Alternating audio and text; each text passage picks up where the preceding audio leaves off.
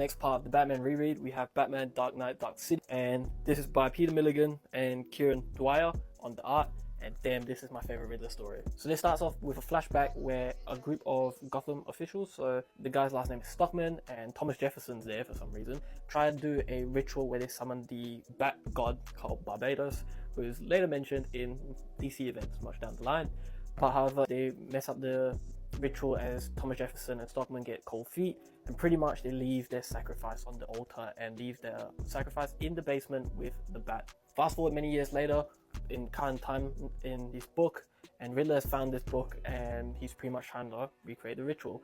Bear in mind, back in the flashbacks, the victim had to go through a bunch of preparations to then be on the altar. So Riddler now makes these preparations for Batman to go through, with Batman doing unknowingly, which will then obviously put Batman on the altar at the end of the story. And this is one of the darkest Riddler stories that you will find, and it's my favorite Riddler story, because in this book you look at him as if he's not a joke and he's just a guy who says silly riddles like you see in the Arkham games. This is a guy that takes his crime so seriously, and he goes through really extreme lengths in this 3-issue mini arc, and it's such a good read. I read all 3 issues at the same time consecutively, and I definitely would recommend this, and obviously he'll stop him at the end. I'm not going to tell you how, but it's a really good read. It's a bit extreme when Batman is faced with these preparations. It's because it goes to a length where even he and even Riddler's henchmen question Riddler because he's never gone this dark before. And this is one of the darkest moments when Riddler captures 4 babies and each baby will show up at each trial.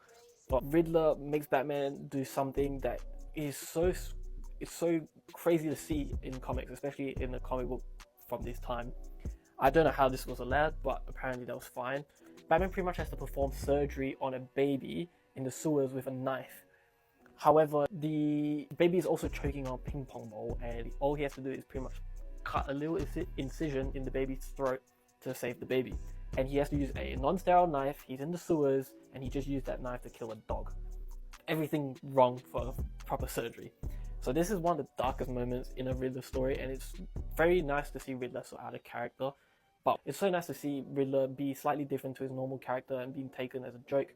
He wants the respect now. He wants to control Batman, and that's exactly what he's trying to do in this book. So definitely do recommend reading this if you're a fan of Riddler.